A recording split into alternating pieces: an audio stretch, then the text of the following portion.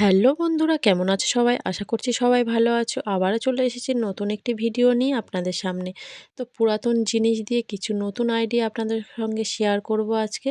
যেসব পুরাতন শাড়িগুলো, এইসব সিল্কের শাড়িগুলো অনেকদিন ধরে পরে পরে থেকে কিন্তু আমাদের আলমারি বন্ধ হয়ে পড়ে থাকে। জায়গা অনেকটা কিন্তু নষ্ট হয়ে পড়ে থাকে। তো এই পুরানো শাড়ি দিয়ে সুন্দর একটি আইডিয়া আজকে আপনাদের সঙ্গে শেয়ার করব। দেখুন, কয়েকটা শাড়ি আমি নিয়েছি। একটা আমার শাড়ি লাগবে। আর দেখুন, আমি একটা বস্তা নিয়েছি। যেকোনো বস্তা হলে হবে, চালের বস্তা বা অন্য কিছু বস্তা হলে হয়ে যাবে। তো এই শাড়িটা আমি আজকের তো তৈরি করব শাড়িটা দিয়ে।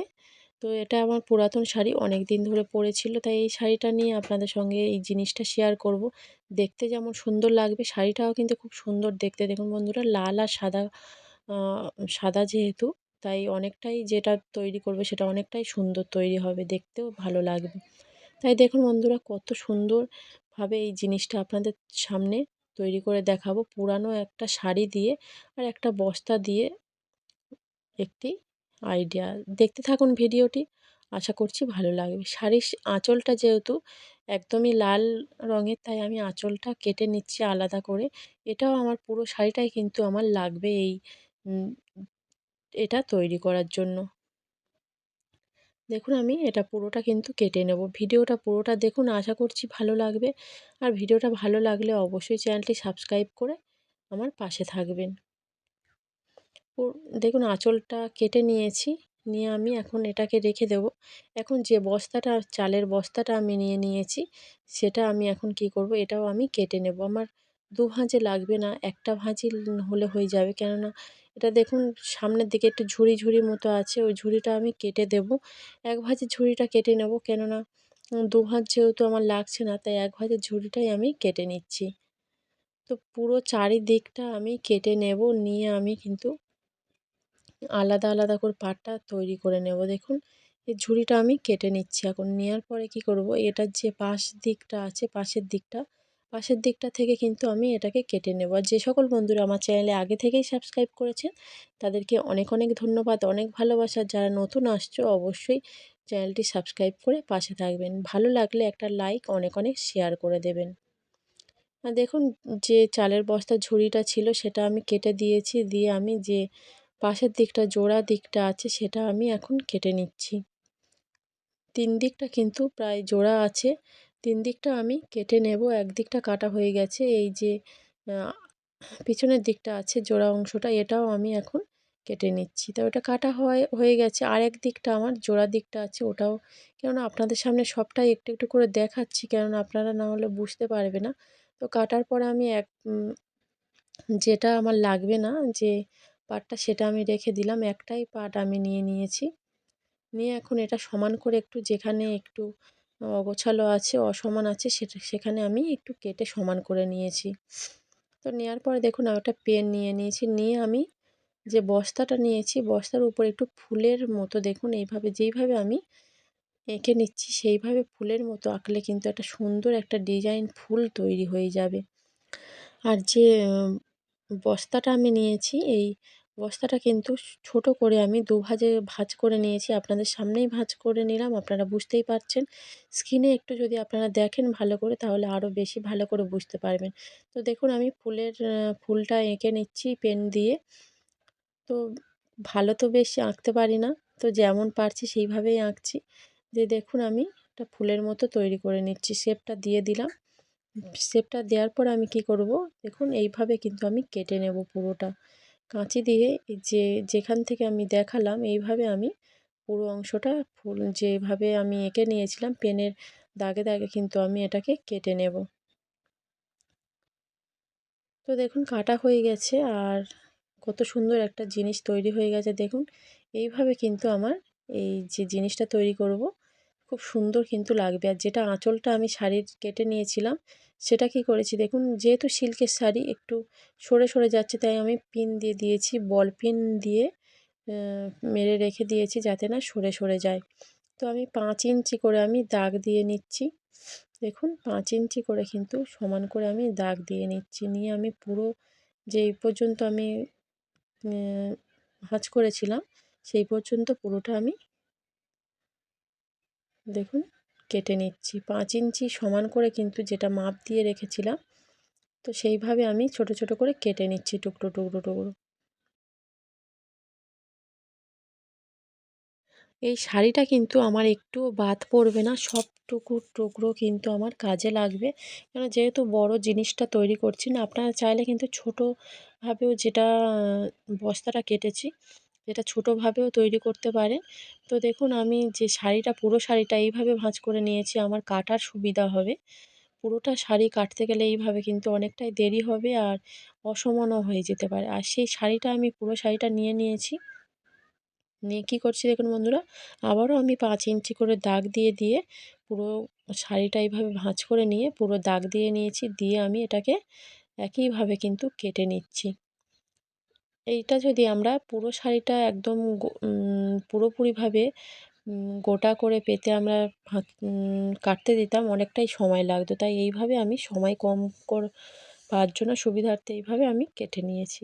দেখুন পুরোটা সবকটাই আমি কেটে নিয়েছি। কাটার পরে দেখুন, আমি খুলে আপনাদের দেখাচ্ছি কত সুন্দর লাগছে দেখুন এখন। আর এটাকে কিন্তু এখন এইভাবে আমি লাগাবো না। সবকটা পাটই আমি খুলে নেব। তো নেয়ার পরে দেখুন, এটা আমি কি করব? এটা কিন্তু দেখুন এইভাবে কিন্তু দুভাঁজ করে নিয়ে এখান থেকে আমি সেলাই করে দেব। দুভাঁজ করে পুরোপুরি এইভাবে আমি সেলাই করে দেব। তো আমি দেখিয়ে দেব কিভাবে সেলাই করছি। এইভাবে দুভাঁজ করে সেলাই করে, দুভাঁজ করে আমি সেলাই করে দিচ্ছি। যতগুলো টুকরো আমি কেটেছি 5 ইঞ্চি করে, এইভাবে কিন্তু দুভাঁজ করে আমি প্রথমেই সেলাই করে নেব। তো এইভাবে যদি আমরা সেলাই করে নিই, তাহলে আমাদের যে কুচি কুচি যে ফিলটা আমি তৈরি করব, সেটা কিন্তু করতে আমাদের সুবিধা হবে। দেখুন সবকটা কিন্তু আমি সেলাই করে নিয়েছি। তো নেওয়ার পরে কি করছি, এইভাবে কুচি যেমন দেয় জামা বা সালোয়ার কামিজ, যেগুলো কুচি দেয় সেইভাবে কিন্তু আমি কুচি কুচি দিয়ে পুরো যে শাড়িটা কেটেছি সবগুলোতে আমি কিন্তু এটা এরকমভাবে কুচি কুচি দিয়ে নেব।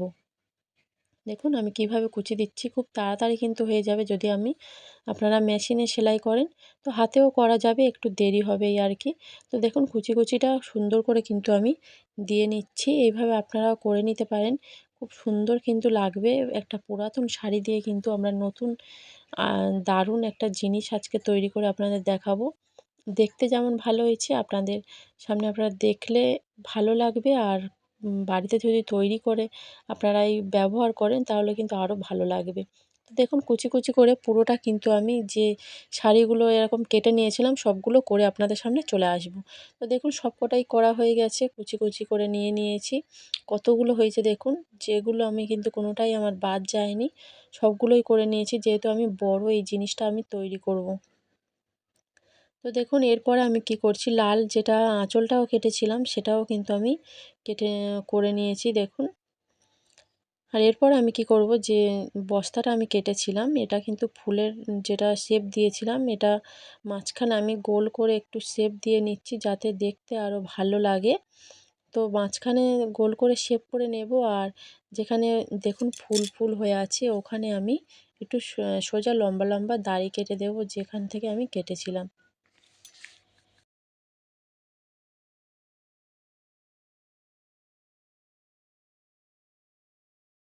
লম্বা লম্বা করে যে দাগটা আমি দিচ্ছি, ফুলের যেটা শেপটা দিয়েছিলাম, সেখান থেকে আমি যে রাউন্ডটা কেটেছি মাঝখানে, সেখানে সেই পর্যন্ত আমি কিন্তু দাগটা দিয়ে দিচ্ছি। আর যে কুচিগুলো, কাপড়ের কুচিগুলো করেছি, সেগুলো কিন্তু আমি এর মধ্যেই লাগাবো। তো যেহেতু এটা আমি ছোট করে রাউন্ডটা কেটেছিলাম, এর থেকে আর একটু বড় করে শেপ দিয়ে রাউন্ডটা কেটে নিচ্ছি। তো ওটা আমি প্রথমেই কেটেছিলাম, ওটা কিন্তু আমি একটু শেপ দেখার জন্য কতটা হয়, তাই তো এই পর্যন্ত আমি দেখুন কেটে নিলাম শেপ করে। তো কিভাবে এবার কুচিগুলো লাগাবো সেটা আপনাদের সঙ্গে শেয়ার করব। শাড়ির আঁচলটা যে দিকটা আমি কেটে নিয়েছিলাম পুরোপুরি লাল, সেগুলো কিন্তু আমি চারিধারে আমি লাগিয়ে দেব। আর যেখানে দাগ কেটে নিয়েছিলাম, সেখানেও আমি কিন্তু লাল লাল এই পাড়গুলো আমি লাগিয়ে দেব। দেখতে অনেকটাই সুন্দর লাগবে, লাল চারিদিকে থাকবে। আর লাল আর সাদা যেহেতু শাড়িটার মধ্যে আছে, তাই আমি লাল সাদা দিয়ে কিন্তু পুরোটাই বানাবো। আর চারিধারে কিন্তু আমি লাল যে আঁচলটা কেটেছিলাম, সেগুলো আমি দিয়ে দেব। যাতে দেখতে ভালো লাগে। দেখুন আমি দিয়ে দেখিয়ে দিচ্ছি কীভাবে আমি সেলাই করব, কীভাবে আমি এটা তৈরি করছি। দেখুন পুরো চারিধারে কিন্তু, আর যেটা মাঝখানে দাগটা দিয়েছি সে রাউন্ড পর্যন্ত, সেই পর্যন্ত আমি এই লাল যে পাড়টা কেটে, লাল যে আঁচলটা কেটেছিলাম, কুচি করেছিলাম, সেইটুকু দিয়ে দেবো। দেখুন এই পর্যন্ত কিন্তু আমি দিয়ে দিচ্ছি। পুরো পুরো যে বস্তাটা কেটেছি পুরো এইভাবে কিন্তু আমি সেলাই করব। প্রথমে লালগুলো লাগিয়ে দেব, বর্ডারগুলো তৈরি করে নেব, তারপরে কিন্তু আমি যে সাদা অংশগুলো, সাদা যে শাড়ির যেগুলো করেছিলাম সেগুলো আমি লাগিয়ে নেব। দেখুন কত সুন্দর লাগছে এইভাবে, কিন্তু এগুলো আমি দেখুন লাল যে এগুলো আঁচলটা কেটেছিলাম সেটা আমি পুরোটা আমি বসিয়ে দিয়েছি। তো বসানোর পরে সাদাটা আমি কিভাবে তৈরি করব, দেখুন এইভাবে কিন্তু সাদা যে ফিলটা তৈরি করেছিলাম কুচি কুচিটা, এইভাবে আমি পুরোটা একদম লাগিয়ে নেব। এই যে বস্তাটা নিয়েছি, বস্তা কিন্তু একদমই দেখা যাবে না, শাড়িতে কিন্তু পুরোটাই ঢাকা পড়ে যাবে। এটা সেলাই করেও আপনাদের দেখাবো কিছুটা, কেননা সেলাই যদি পুরোটা দেখাতে যাই কিন্তু অনেকটাই ভিডিওটা বড় হয়ে যেতে পারে, তাই আমি পুরোটা সেলাই দেখাবো না, কিছুটা সেলাই করে যেভাবে আমি সেলাই করব, তো কিছুটা সেলাই করে আমি আপনাদের দেখাচ্ছি। দেখুন কিভাবে সেলাই করছি। ভিডিওটা ভালো লাগলে অবশ্যই একটা লাইক, অনেক অনেক শেয়ার করে দেবেন ফ্রেন্ডস এবং ফ্যামিলির সঙ্গে। আর ভিডিওটা ভালো লাগলে অবশ্যই কিন্তু সাবস্ক্রাইব করে পাশে থাকবেন আরও নতুন নতুন এইরকম ভিডিও দেখার জন্য। আর দেখুন কত সুন্দর কিন্তু আমি লাল আর সাদা মিলিয়ে তৈরি করে নিয়েছি একটা, কিন্তু পাপোশ বলুন বা আসন বলুন, আমরা কিন্তু পূজার জায়গায় যে আসন আমরা রেখে দিই, এই আসনটা কিন্তু এইভাবে বাড়িতে বানিয়ে কিন্তু আমরা এটা ব্যবহার করতেই পারি।